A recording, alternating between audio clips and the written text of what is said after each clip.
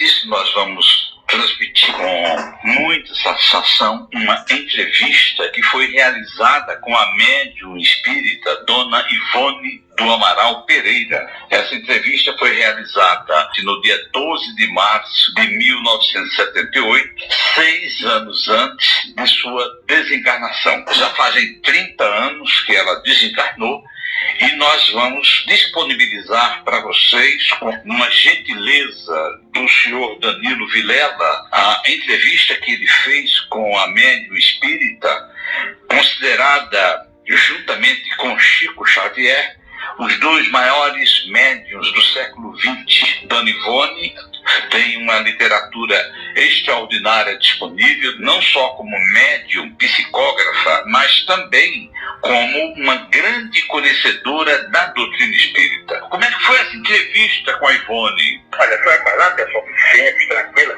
Nós já conhecemos um pouco pessoalmente, porque nós somos amigos há muitos anos de uma sobrinha dela. A sobrinha casada com um amigo nosso. Havia uma ligação de amizade com parentes próximos dela, cuja casa dela morava. Então nós já chegamos a visitá-la antes, aí depois foi feita essa gravação e ela pedia aquele cuidado dela, que a gente apresentasse as perguntas antes, porque ela queria responder de forma bem doutrinária. Ela fazia uma resposta assim, refletida. A gente percebe, o senhor fez as perguntas e ela respondeu por escrito, né? Foi gravado, mas ela preparou o texto. Aliás, eu soube uma coisa curiosa, né?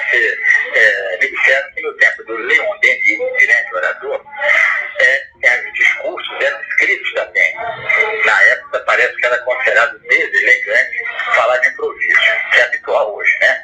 Então, era uma espécie de consideração com o público, levar um texto preparado, mostrava cuidado para as pessoas. Então, acho que o costume naquela ocasião dele era tanto que algumas palestras depois ele botou em livro, eu ouvi alguma coisa nesse sentido. Viu? Qual foi a sensação do senhor na época, ou seja, já fazem 32 anos, o senhor entrevistar, eu considero a Dona Ivone, depois do Chico, a principal médium que nós tivemos nesse período, pelo menos nesses últimos 100 anos, não é? Perto dela, ela deixava todo mundo, a gente se sentia próximo dela. Fiquei, assim, ativo daquela simplicidade.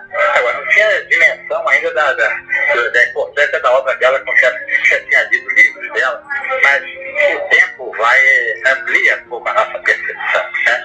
Hoje a gente vê a grandeza do trabalho que ela fez. A gente nota que essa gravação ela foi feita para a Rádio Rio de Janeiro, né? A Fundação Paulo de Tarso, né?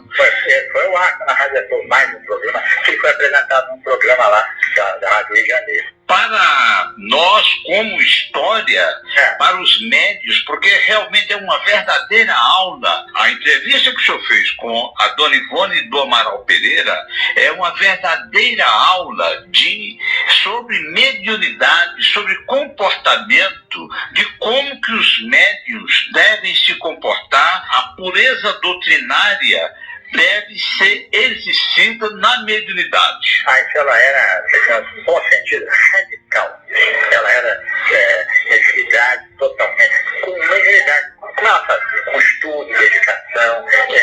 Ela era no mesmo modelo, com certeza. Então, a Dona Ivone, ela morava numa casa bem simples, no subúrbio do Rio. E era a casa dessa, uma pessoa parenta dessa moça, da família dessa moça. Então não era na casa dela? Ela não tinha casa própria. Ela acho que nunca teve casa própria. Extremamente simples, Dona Ivone. Ela foi de muita carência mesmo, pobreza. Ela, na biografia dela, fala quase que ela tinha dívidas. Ela conta uma vez, inclusive, que numa fase de dívidas, ela estava pagando aluguel, estava atrasada. Ela vivia com dificuldade.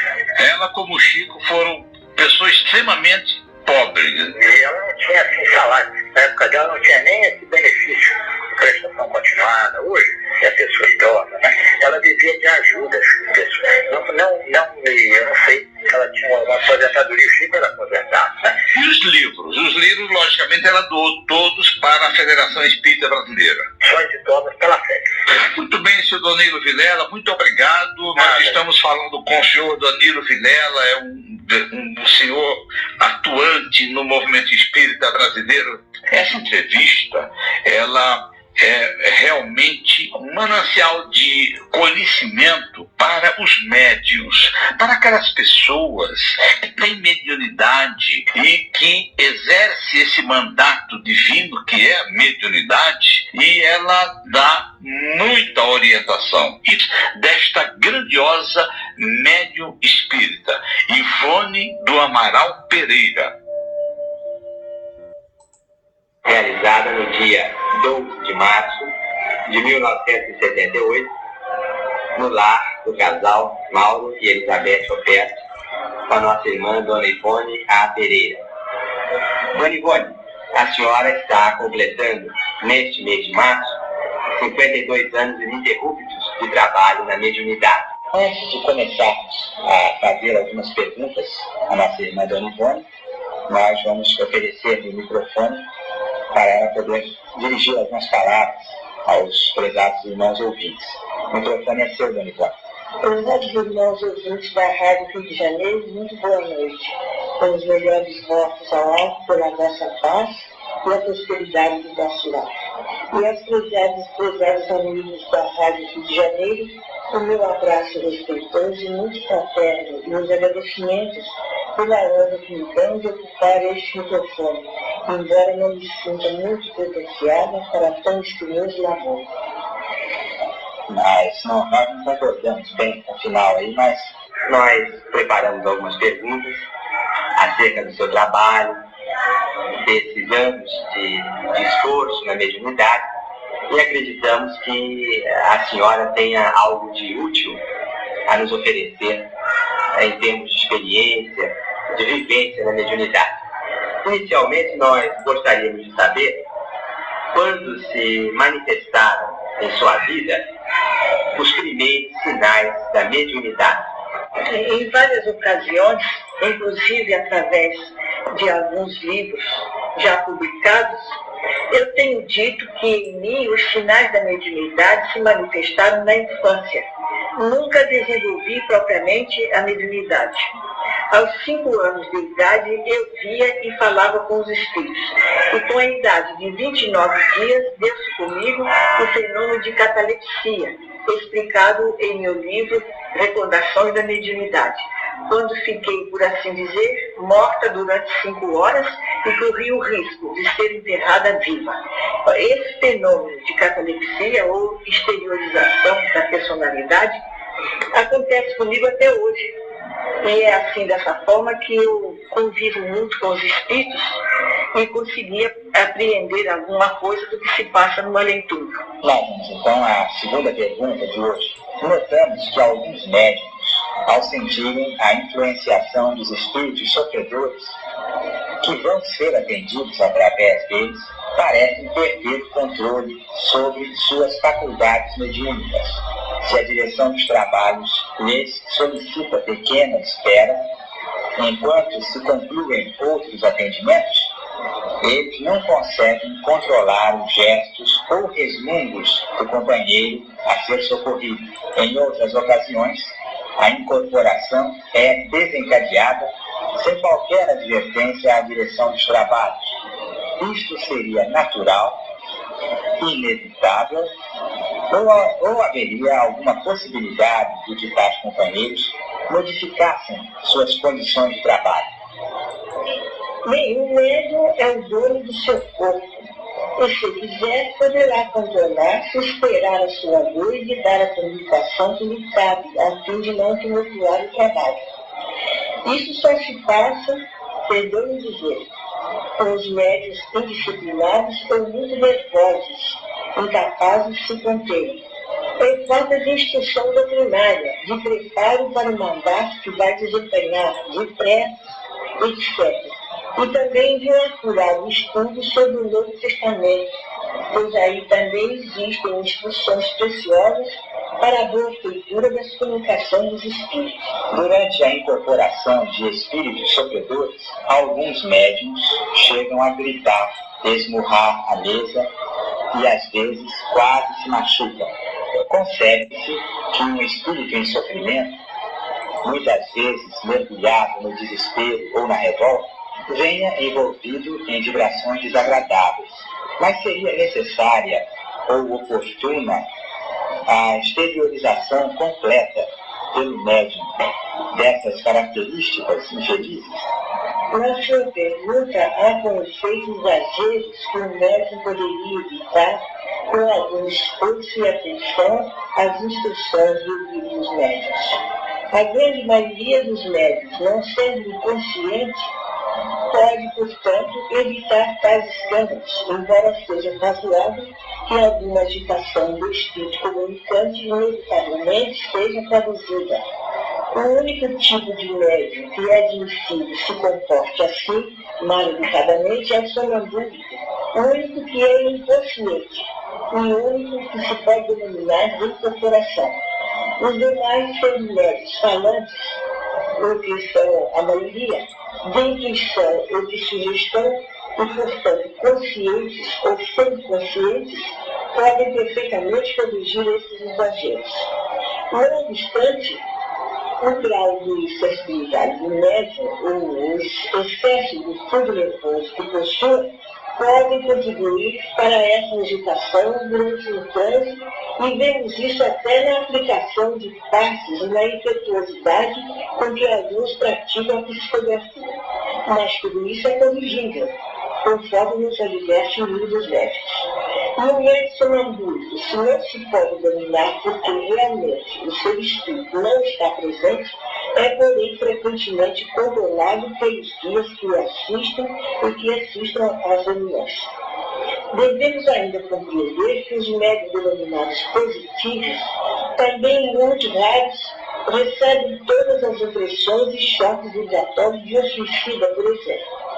Nesse caso, dificilmente o médium poderá tornar-se impassível na cadeia, conforme muitos diretores de sessões desejariam.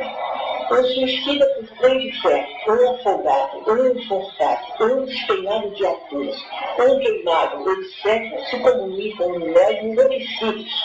E se um médium é desses que Kardec denomina positivos, isto é, como que especialistas nesses casos, sente tudo e não pode deixar de transmitir o que sente. E necessariamente assim é porque podemos compreender os vários estados espirituais existentes no além. É isso que chamamos manifestação, e que nos instrui sobre os variados casos que observamos. Se o médium nada disso permitisse, não saberíamos o efeito de um suicídio no espírito de um suicida. O médium sente até dor se é um verdadeiro médium. Sente o ódio que o comunicante porventura sinta. Sente tudo quanto possa impressionar o dito comunicante, e é impossível que, assim sendo, permaneça impassível na cadeira. Mas tudo isso depende também da especialidade do médium para certas comunicações e do grau da sua sensibilidade.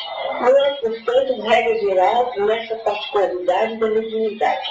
Os exageros, porém, a ponto de quebrar mesas e cadeiras, insultar o presidente, como muitas vezes tem visto, etc., podem ser corrigidos.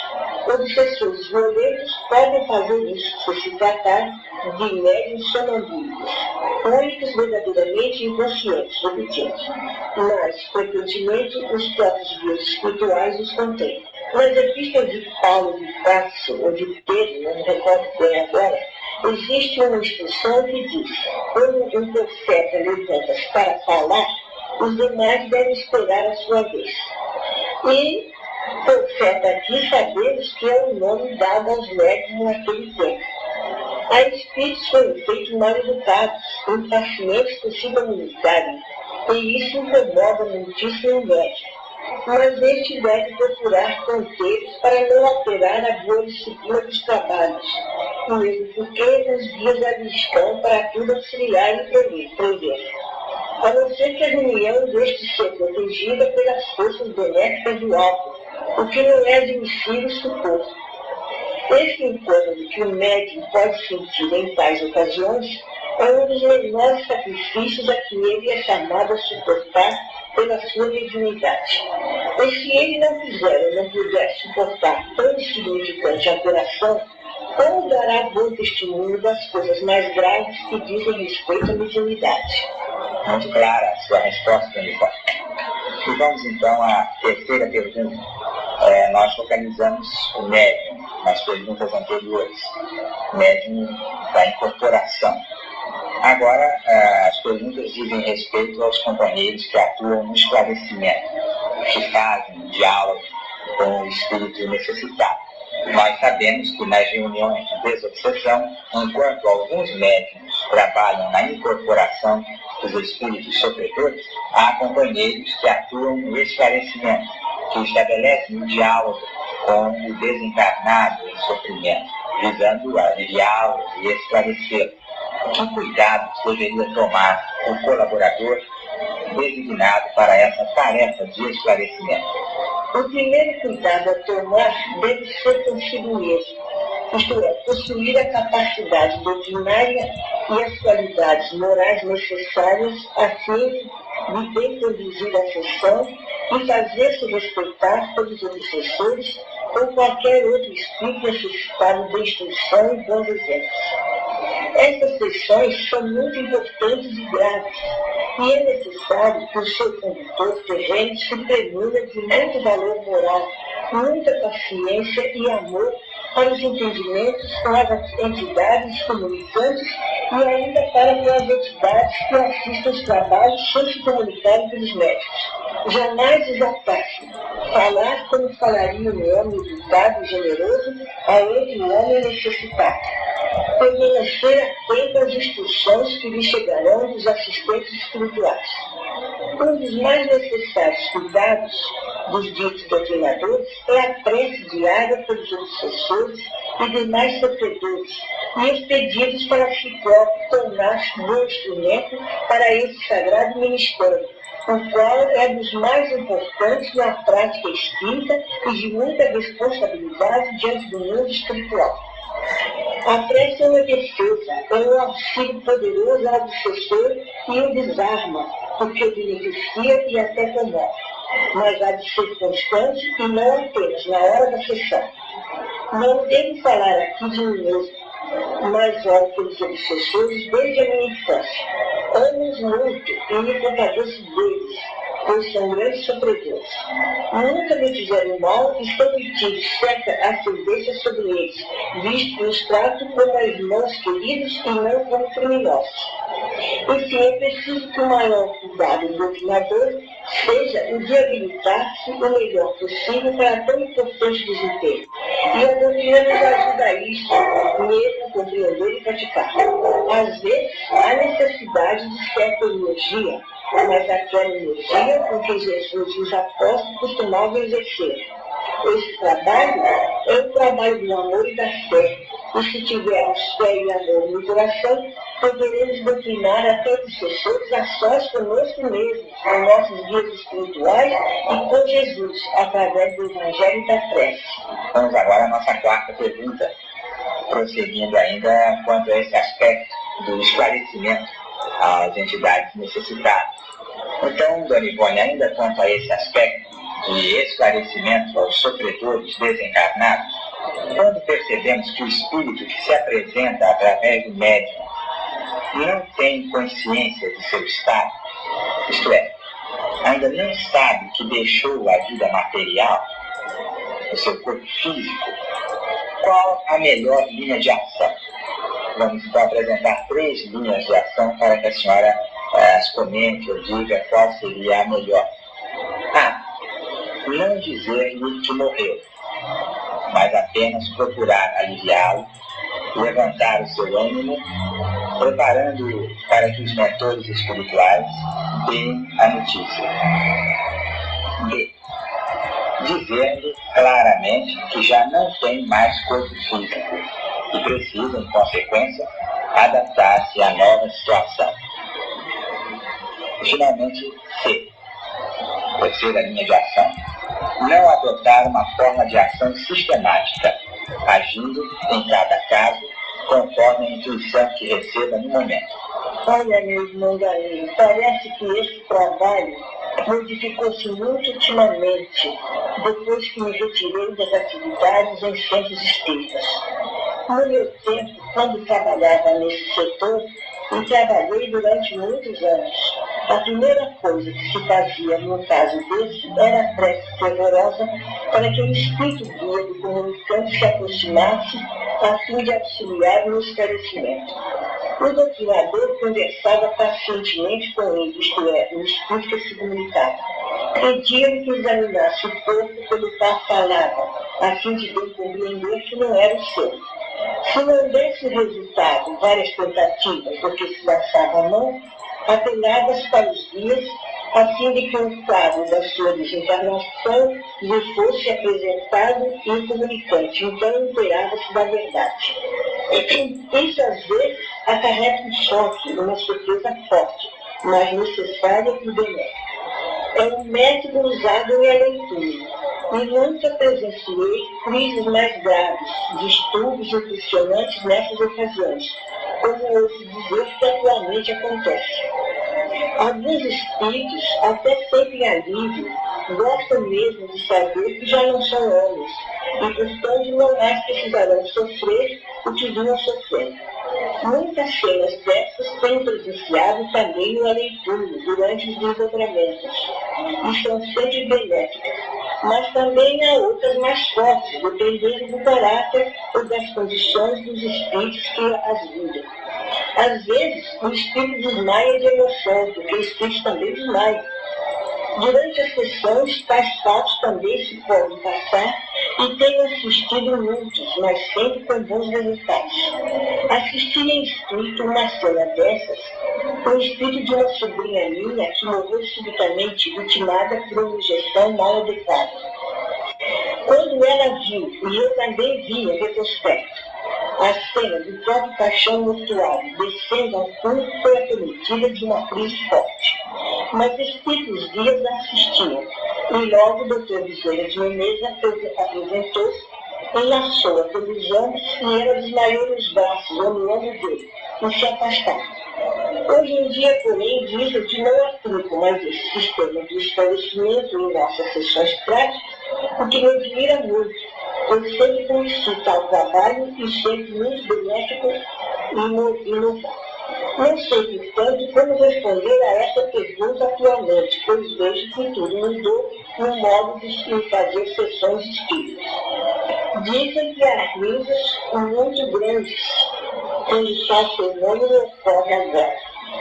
Mas isso só se dá atualmente. Presumo que o fato decorre mais das impressões do próprio médico do que de outra coisa.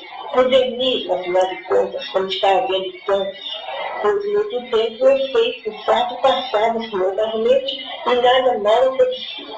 A linha de ação que mais pratiquei e outros praticavam também era a que acabo de escrever.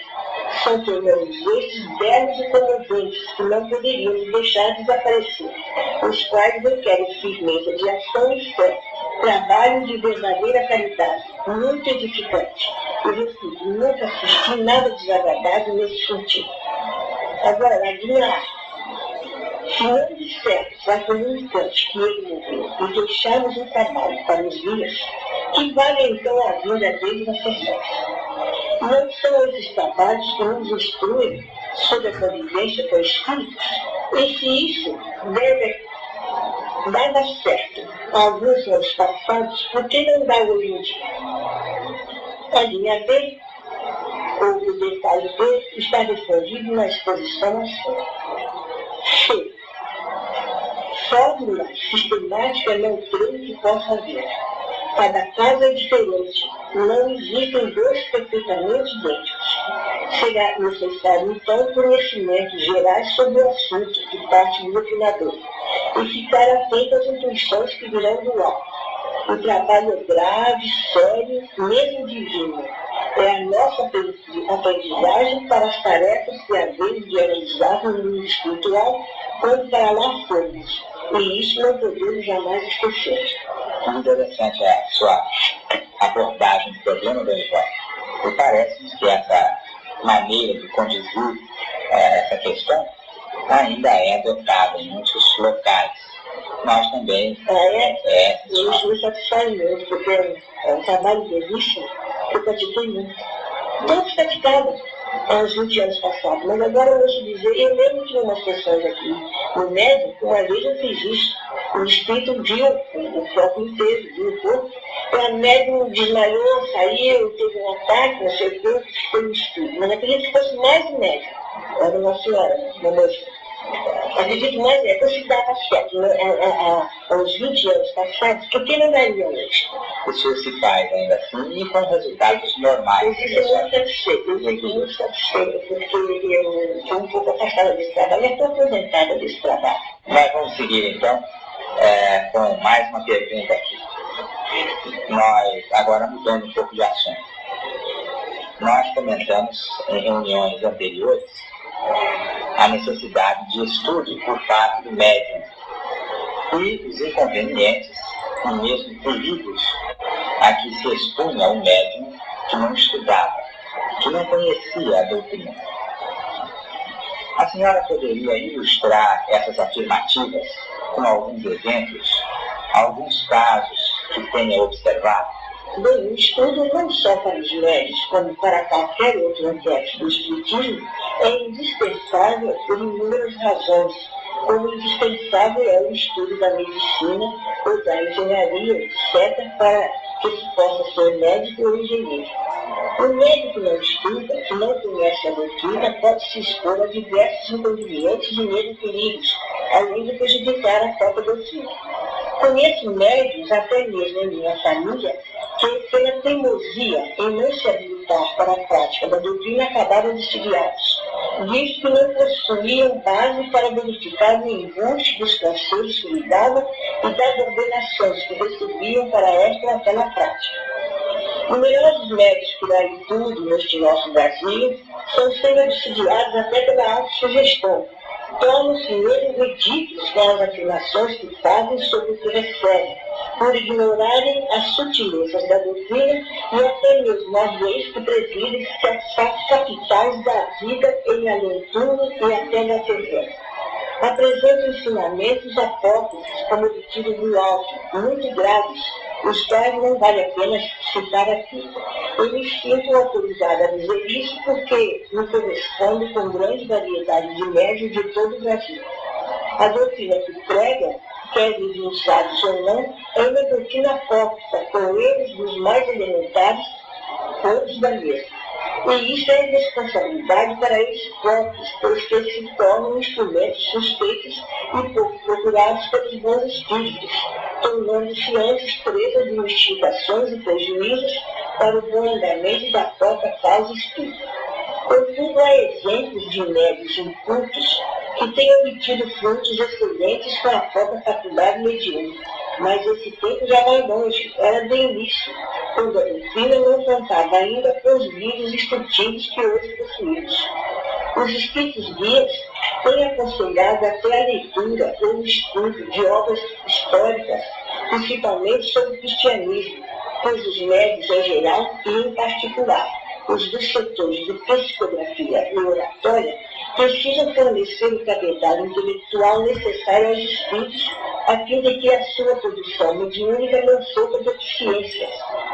Os médios ditos conselheiros, por exemplo, cuja exposição temos no livro dos médios, estão desaparecendo. Por quê? Porque não possuem conhecimento doutrinário suficientes aos espíritos comunicantes elevados para bem aconselharem os necessitados de socorro da palavra do alto. O estudo doutrinário, portanto, é indispensável a qualquer médico que preze a sua faculdade, e aquele que não procura aprender assume grande responsabilidade perante o alto. É eu supor que bastarão a mediunidade e a fé e a existência dos guias para suprir a deficiência do médico. O espiritismo é uma ciência transcendente, uma filosofia celeste, a religião da moral e do amor que nos encaminha a Deus. E não é concedível que qualquer de nós deixemos de conhecê-la o melhor possível. Prosseguindo, Dona Ivone, o livro dos médiuns nos fala na perda e interrupção da mediunidade e apresenta algumas causas para esses fatos. A interrupção da mediunidade, ficamos sabendo, nem sempre seria devida a uma causa má, a uma falha do médium. Ela poderia poderia também decorrer de uma decisão de seus orientadores, com o objetivo, por exemplo, de preservar-lhe as forças, a saúde. A senhora poderia contar-nos alguns casos de interrupção da mediunidade e focalizar as suas causas, se possível? De princípio, é preciso não esquecer que a mediunidade é oscilante. Um médium que hoje trabalha bem, amanhã poderá apresentar deficiências. E, ao que parece, isso é normal, dependendo de circunstâncias a serem analisadas. Sendo o seu veículo inteiramente físico, isto é, o veículo da mediunidade, necessariamente concebe que, a fim de exercer, o médium necessite de boa saúde física e também de um bom estado moral e psíquico. A sua interrupção dá-se comumente pelo esgotamento ou deficiência das forças vitais, de quaisquer outras circunstâncias que nem sempre sabemos, pois devemos lembrar que a mediunidade é ainda coisa conhecida por nós. Às vezes, ela retorna após certo período de ausência, então não volta mais. Muitas vezes, com efeito, os mentores espirituais a interrompem propositadamente, e isso decorre certamente de deficiências orgânicas ou mentais que poderiam prejudicar o médico. De outras vezes, o médico inicia um trabalho e subitamente para com ele, e para sempre, como começa a luz, e não chega a terminar o que começou. Isso se dá quando, quase sempre, com alguns psicólogos. Para não se tratar de todo de mediunidade, e sim de simples animismo, o trabalho da subconsciência. Porque o trabalho da subconsciência acontece muito isso. A pessoa começa a trabalhar, de repente para, não pode, não vai mais. Então pensa que a mediunidade que foi retida, foi retirada, quando não é. É um fato normal que acontece com o animismo. E esse fato aqui, que às vezes a pessoa não pode nem menos desenvolver mediunidade, que desenvolver pode sofrer muito, Deus foi um irmão meu que chegou a ficar estudiado. O espírito de Emmanuel, o doutor Luciano Ferreira, avisaram a ele que não procurasse desenvolver a mediunidade, porque o cérebro dele não aguentava, o cérebro era um dos veículos da mediunidade. Ele teimou e foi desenvolver sozinho. O resultado foi uma obsessão. Melhorou mais tarde. Ele não aguentava, o sistema nervoso dele não aguentava uma mediunidade. É preciso, então, saúde física. Era o que ele não tinha. De forma que o mau estado da circulação arterial, por exemplo, fadiga nervosa, alteração do coração, etc., são alguns dos fatores que também levam os guias espirituais a conterem a expansão dos seus méritos, assim como aqueles muito sujeitos ao animismo, à histeria e à fraqueza mental ou impressionabilidade. O médium muito impressionável é médium defeituoso, suspeito, pois a mediunidade requer caráter forte, energia nervosa e decisão e força de vontade. Isso também eu observei na minha família, uma tia minha que via mil coisas, tida como médium de dentes, mas ela não via coisa nenhuma, ela era histérica, ela criava, como amantes por aí, criava e dizia que via. Estou em tratamento agora com uma moça nessas condições, aqui com o diretor aqui dos trabalhos da União Espírita Suburbana. Essa moça pensa que vê os pessoas, pensa que vê isso, vê mil coisas, não tem para não ver coisa nenhuma. Ela tem histeria, e a histeria é uma doença mental que cria coisa que a pessoa pensa que vê. Muitos médicos são assim, né? Pode ser também até em biografia do próprio médico. Então, quando tem isso que eu disse, pensa que a mediunidade, a evidência foi retirada, mas a não é a mediunidade. São sutilezas da doutrina que nós precisamos prestar muita atenção e estudar com afinco para podermos compreender. Mas, prosseguindo na nossa resposta, nós vamos ver que só um cérebro forte, portanto, é bastante apto a exercer a boa mediunidade. Quanto aos casos de punição, creio sejam mais raros, pois tal acontece se o médium abusou das suas faculdades para desvios lamentáveis.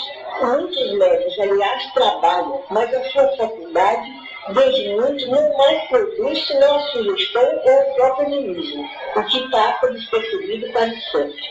A não ser como o médico que eu conheci, que meu ponto trabalhou muito com o Chico Xavier, irmão do presidente do grupo Meilei, que aos 36 anos perdeu a humildade por completo. Mas não foi por força nenhuma que ele tivesse feito contra a doutrina, contra si próprio. Foi devido à pressão alta que ele tinha. Não pôde mais trabalhar. E era um excelente médico, dos melhores que eu conheci. Então tem muitos fatores que podem acontecer. Isso não é só por comissão. Comissão até, posso dizer que eu não conheço nenhum.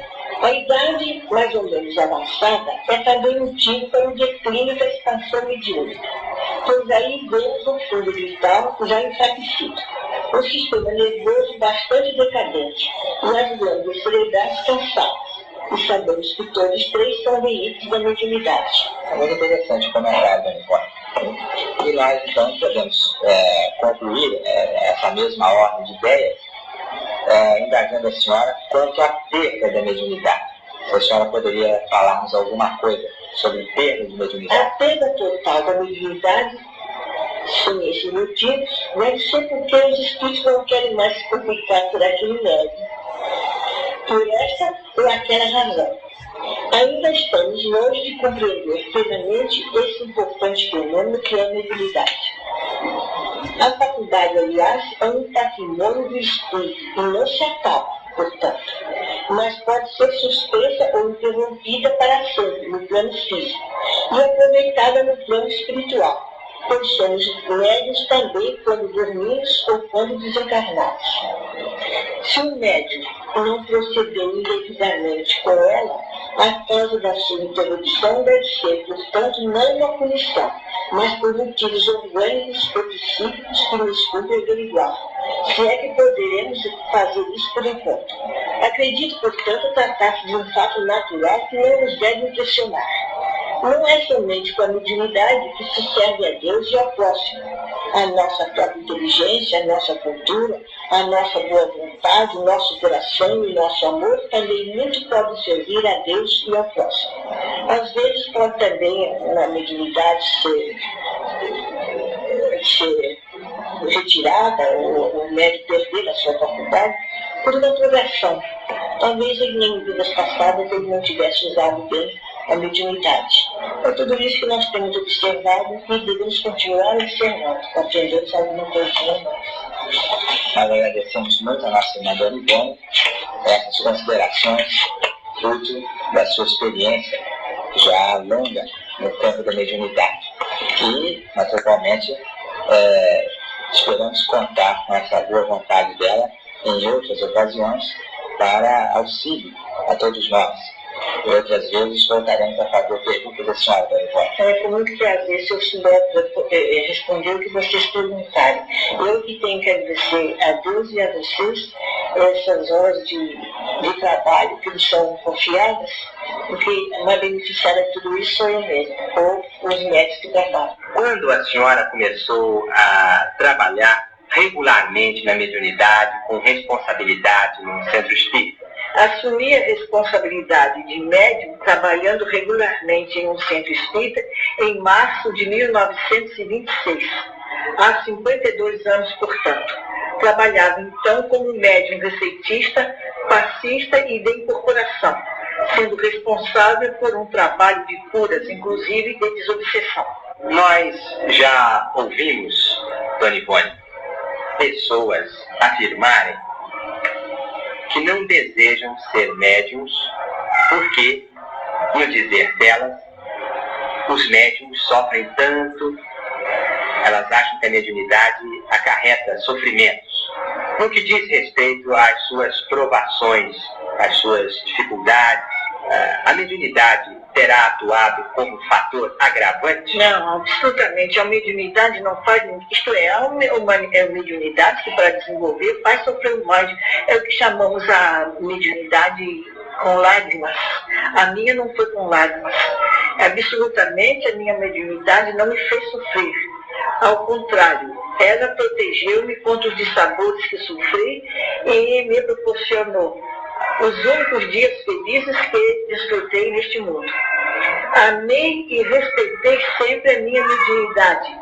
Cultivei-a com dedicação e obtive a assistência constante dos bons espíritos para qualquer trabalho que empreendesse, obedecendo fielmente às ordenações deles e dos ensinamentos da doutrina. As grandes provações por que passei neste mundo foram consequências dos erros cometidos em vidas passadas, provações que, no entanto, foram consoladas pelos bons espíritos justamente através da mediunidade. Muito bem. Vamos a mais uma pergunta, então. É grande o número de pessoas que, dotadas de possibilidades mediúnicas, se iniciam nas tarefas de intercâmbio com o mundo espiritual. No entanto, algumas, logo de início, se revelam inconstantes. Outras deixam a tarefa passados poucos anos e somente umas poucas perseveram fiéis ao mandato mediúnico. A que poderíamos atribuir isso? Afinal, o médium toca, por assim dizer, as realidades espirituais. O contato direto com o plano espiritual não deveria fortalecer a fé, a noção de responsabilidade do médium? Por que tantos abandonam a tarefa assim? Mas, meu irmão, poderemos realmente acreditar que tais pessoas tocaram com efeito a espiritualidade ou apenas o invisível? Pois há muita diferença entre esses dois estados. De outro modo, essas pessoas não estavam amadurecidas para o mandato mediúnico, que é efetivamente difícil, requerendo uma sensatez e um desprendimento quase sobre-humanos, a fim de dar frutos apreciáveis. Vemos na parábola do semeador a explicação do fato. Nelas, a mediunidade agiu apenas como um dom natural que é a revelia de qualquer ideal superior, se é que agiu, pois há muitos médiuns que são apenas veículos das próprias sugestões e do animismo. É possível também que essas pessoas, não levando muito a sério a sua responsabilidade de médium, atraísse para si influências nocivas que as afastaram do cumprimento do dever. Em existências posteriores, estarão mais amadurecidas para o importante mandato. Nós temos a eternidade diante de nós para progredir. Muito bem. Agora, passando a um outro aspecto do seu trabalho, nós sabemos, Dona Ivone, que as suas faculdades mediúnicas são bastante diversificadas. A senhora é médium vidente, audiente, de desdobramento, possui a psicofonia.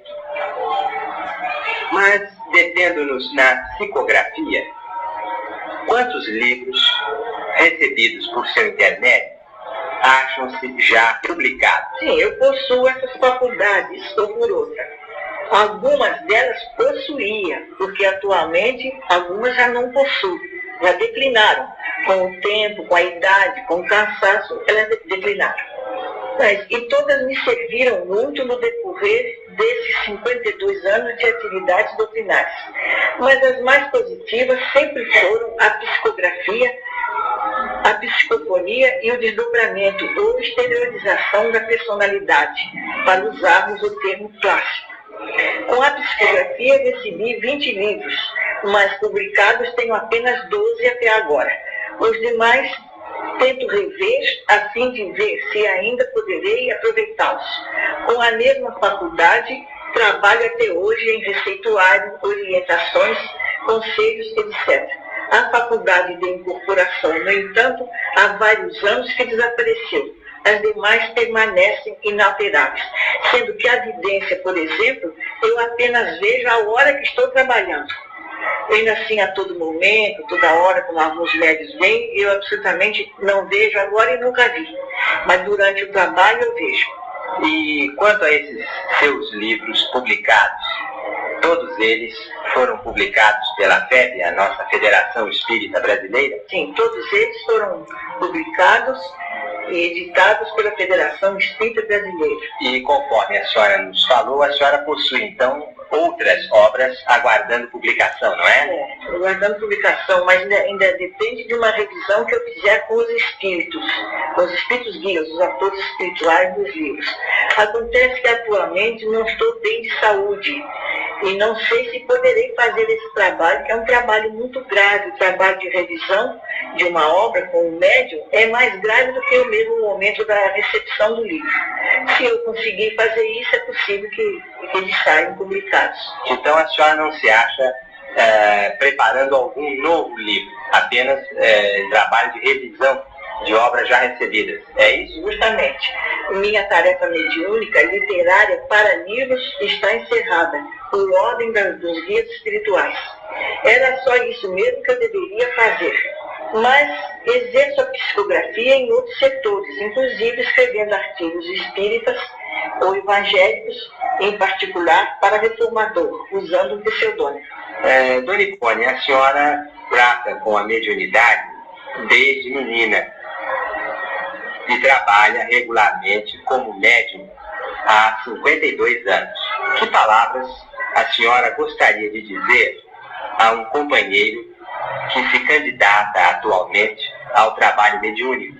Eu diria que amasse a sua faculdade com respeito e dedicação, que a empregasse em fins sérios, evitando exigir dela o que ela não lhe pode dar, porque a mediunidade não nos pode dar tudo aquilo que nós desejamos e que queremos.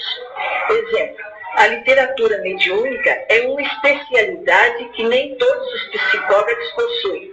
Não existindo essa especialidade, é inútil insistir, assim como versejar, fazer versos. Ver o Livro dos Médiuns, capítulo 16, parágrafo 193. Que procure conhecer a mediunidade o mais possível, através das obras clássicas e da observação, assim como conhecer a própria doutrina. Que empregue em fins caritativos ou humanitários, que essa é a sua finalidade. Que fuja da vaidade e da pretensão, como da peste.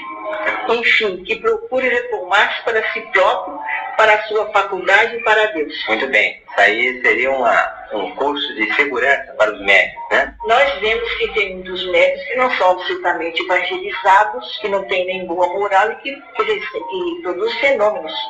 Mas, já que temos esse dom que é chamado divino, temos o dever de aprimorar o mais possível a nossa regeneração para Deus, a nossa reforma, para podermos receber coisas edificantes, não é? E dar cumprimento aos deveres que assumimos perante Deus e perante Jesus, com a mediunidade. Realmente a mediunidade, para dar bons frutos, tem que ser a mediunidade com Jesus. Mediunidade esclarecida a serviço do bem. Isso mesmo. E, Dona Ivone, a senhora falou sobre conselhos aos médiuns que estão se iniciando, que seria um bom roteiro para esses irmãos. Nós sabemos que há, na vida de todos nós, fases difíceis. O médium é uma pessoa comum, também tem seus problemas. Que palavras a senhora dirigiria a um irmão que, encontrando-se na mediunidade há poucos anos, há pouco tempo, enfrenta alguns tropeços? Que diria a senhora a um companheiro nessa situação? Direi para orar, perseverar, valendo-se dos livros específicos e do auxílio de irmãos realmente competentes, experimentados, e praticar o bem de todas as formas que puder, principalmente o bem moral, que nem todos sabem ou podem praticar. A caridade bem sentida e praticada, a reforma íntima diária, são bases seguras que protegem a boa prática da mediunidade, ao passo que a vivência constante com a própria faculdade ou com a faculdade alheia é de grande valor para a nossa instrução. Nós ouvimos a sua palavra sobre os médiums. O companheiro que é médium, a senhora falou sobre essa posição. Nós agora vamos mudar o ângulo e vamos falar sobre a situação daqueles que lidam com os médiuns, mais particularmente daqueles que tem a responsabilidade de direção, seja de um centro espírita, seja especificamente de uma reunião mediúnica. O médium, Dona Ivone, tem normalmente a sua atividade coordenada por dirigentes do centro a que se filia, bem como pelos diretores dos trabalhos mediúnicos que ele frequenta. Essa coordenação deve beneficiar, auxiliar o médium, mas também pode atrapalhá-lo se ela não for bem conduzida. O que é que o médium deve ou precisa receber daqueles que o dirigem no plano material? O que a doutrina realmente aconselha, expõe e recomenda. O fruto da vivência legítima nos campos doutrinários mediúnicos, mas nunca as ideias pessoais atualmente estão em voga, ou os caprichos daqueles que dirigem trabalhos de grande responsabilidade sem a devida competência. Por isso, deve o médium estudar, conhecer o mais possível a doutrina que pratica, a própria faculdade inclusive. E realmente acerca desse trato com os médiuns, há muita coisa na literatura espírita, na própria codificação, recomendações a respeito de como tratar o médium. É preciso tratar o médium com muito sentimento fraterno e observar bem. Por exemplo, não se pode vitolar a mediunidade, tem que disciplinar. Tem que disciplinar a mediunidade, o modo do médico trabalhar, mas vitolar, provavelmente, receba isto ou não receba aquilo, que aí prejudica muito. O médico fica inibido, pode se alterar completamente. E isso aí eu chamo de ideias particulares, porque a doutrina não aconselha isso. De forma que nós temos que, eu sempre me guiei muito pelo livro dos médiuns, e vejo no livro dos médiuns o modo de bem praticar ou de bem conduzir a mediunidade, não só o próprio médium, como aqueles que o dirigem. Ainda quanto à maneira de tratar os médiuns, quanto aos demais companheiros do grupo espírita, não propriamente os dirigentes, frequentadores de reuniões, colaboradores, como devem eles tratar os médiuns para realmente ajudarem os médiuns? Como tratam os demais companheiros fraternalmente. O médium não tem que receber privilégios, nem elogios, nem homenagens especiais. Esse erro tem entravado, prejudicado e até destruído o progresso de muitos médiuns. O médium é um ser do bem como outro qualquer.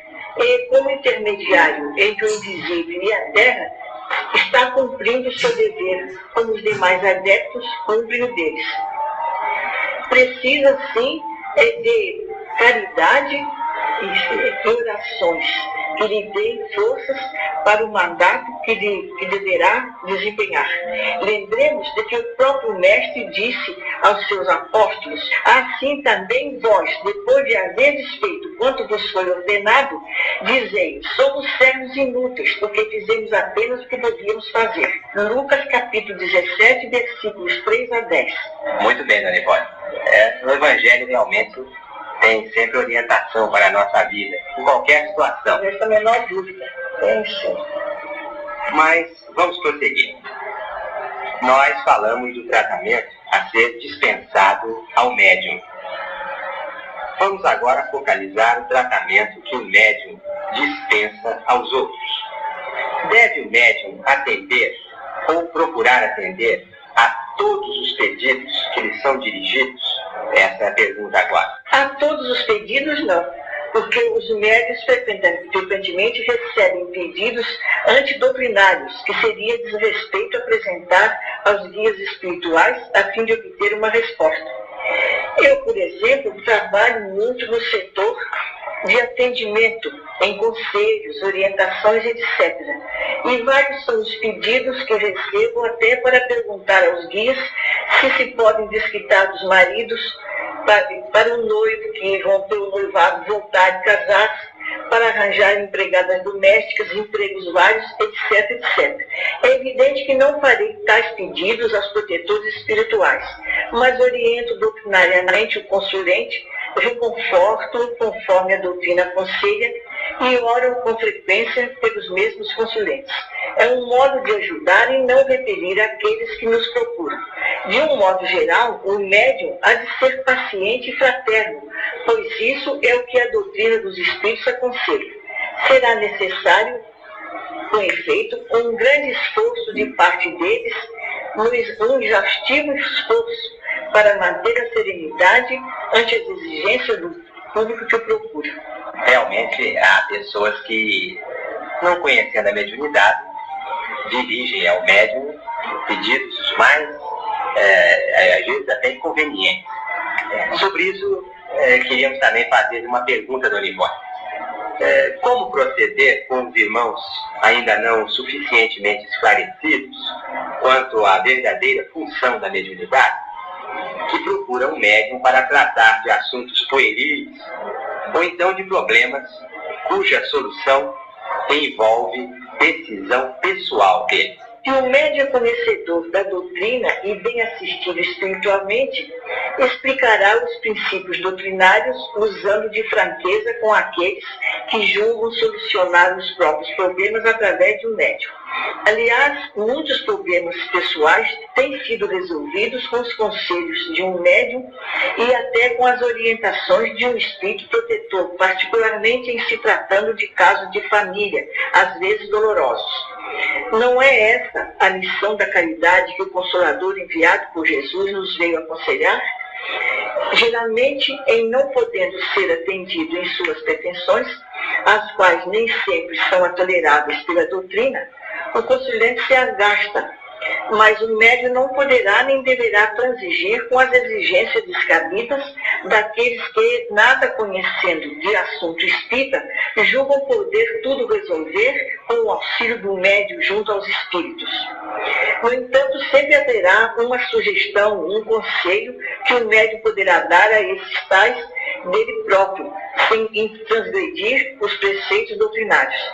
De outro modo, a doutrina bem compreendida nos levará a solucionar todos os nossos problemas sem necessidade do concurso de um médium. Reeducando-se nela, o espírita aprenderá a agir sozinho e tudo contornará, afastando os espinhos dos seus caminhos. Muito bem, achamos muito clara a sua resposta, Dona Ivone. E agora focalizaríamos um outro assunto, um outro aspecto também do trabalho mediúnico. Nós sabemos que em muitos centros espíritas, as reuniões mediúnicas são consideradas privativas. Não há assistência. Só a equipe de trabalho comparece às reuniões. Em outros centros, as reuniões mediúnicas são públicas. Nesses centros espíritas, é livre a frequência a essas reuniões mediúnicas. Qual é a sua posição a respeito? Há, na codificação, alguma coisa relativa a esse assunto? Ah, sim. E a minha posição é a mesma da doutrina, porque eu sempre me prendi muito à doutrina. Nunca trabalhei com minhas opiniões pessoais. A codificação nos diz que se há dificuldades em 8 ou 10 pessoas manterem a homogeneidade dos pensamentos para uma boa reunião mediúnica, maior dificuldade haverá entre 20 ou 40 pessoas para uma reunião pública. O senso, pois, indica que para a comunhão com o alto há necessidade de rigor, de vibrações idênticas. No que me diz respeito, jamais admitir sessões mediúnicas públicas, principalmente em trabalho de desobsessão. Éramos apenas o presidente e os médios. No entanto, nestes 52 anos de prática espírita, assisti e até presidi, obedecendo ao critério do núcleo espírita a que servia em Juiz de Fora, sessões mediúnicas públicas onde verifiquei frutos bons e até fenômenos importantes. Mas isso acontecia no interior do país, há vários anos passados, quando a unção dos assistentes era sincera e o respeito verdadeiramente religioso, e os centros espíritas considerados templos onde Jesus se apresentava através dos seus mensageiros. Está visto que isso depende da homogeneidade dos sentimentos e dos pensamentos, o que sempre foi muito raro. Mas, repito, não sou adepta e não aconselho sessões mediúnicas públicas, nem mesmo um trabalho de receituário diante do público. Os códigos espíritas aí estão esclarecendo a respeito, inclusive o que é o Espiritismo e o Evangelho e demais livros de Allan Kardec e seus colaboradores. Leon Denis, então, é taxativo nisso. Não podemos fazer essas sessões públicas, porque não darão o resultado que podemos obter. Ainda uma pergunta, Dona Ivone. Acerca de estudos, estamos falando aqui. Nós sabemos que o estudo é um dos traços característicos do Espiritismo, ou deve ser um dos traços do Espiritismo. Nós sabemos que o espírita deve estudar. Mas, ao lado das obras básicas e subsidiárias da codificação, ao lado da literatura espírita moderna, que devem naturalmente merecer a atenção dos espíritas, quais, na sua opinião, os assuntos que poderiam ser estudados com proveito pelos espíritas? Assuntos não propriamente espíritas, outros assuntos que fossem de interesse. Meu irmão Ramiro, as escrituras cristãs são indispensáveis à cultura de um espírita. Assim como também é grande utilidade o conhecimento do Velho Testamento, onde encontraremos muitos ensinamentos bons e noticiários sobre fatos espíritas, além de ser um livro histórico da literatura de Israel, portanto um livro de cultura. Eu tenho aprendido muito no Velho Testamento. Como que eu posso falar daquilo que eu sinto, do que vejo, né, que examino? Não podemos esquecer que o cristianismo é filho do judaísmo, que o espiritismo é encontrado também no noticiário do cristianismo. O espírita precisa ainda conhecer um pouco de história, a fim de poder dar expansão às inspirações que descerão do invisível, ajudando nos trabalhos a realizar para a divulgação da sua crença, pois em todas as civilizações deste mundo existiram o rastro da comunicação dos espíritos e princípios divinos. O Dr. Bezerra de Menezes aconselha constantemente aos espíritas a leitura do cristianismo histórico, porque ele acha que todo espírita precisa conhecer a história do cristianismo, que é muito importante. Porque eu mesma tenho observado, às vezes, pessoas falando público, trechos do Evangelho que não estão certos. É preciso, então, conhecer, estudar o mais possível. Ou nós aceitamos o Evangelho ou não aceitamos.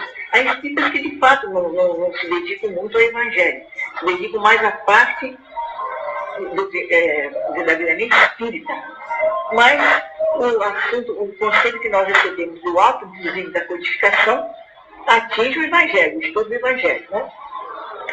O espiritismo, portanto, é cultura geral, é nobreza intelectual e moral, é ciência transcendente. Por isso, creio que devemos conhecer, tanto quanto nos seja possível, tudo quanto nos possa elevar o coração, a mente e o conhecimento.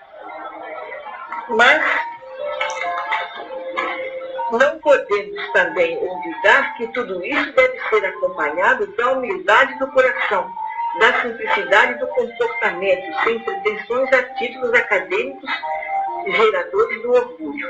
Existem espíritas incultos que tão bem compreendem as coisas de Deus e a doutrina dos espíritos, inclusive, que superam em sensatez e capacidade a muitos que, embora cultos, se deixam levar pelo orgulho e a vaidade de se suporem superiores.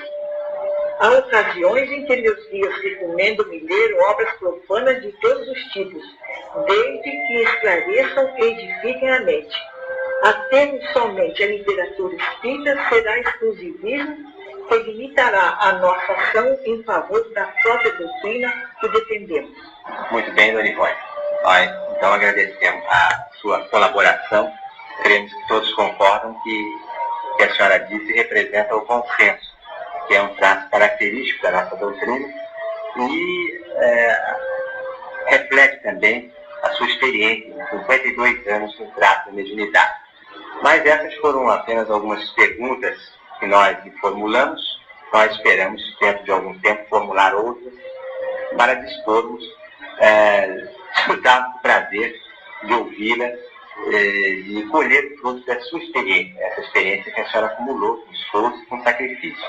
Meu amigo, o espiritismo e a mediunidade é muita responsabilidade e nós todos precisamos nos conhecermos disso, porque é uma responsabilidade, um compromisso muito grave com o alto. E nós temos recebido muito do alto nos nossos dias e do próprio Jesus.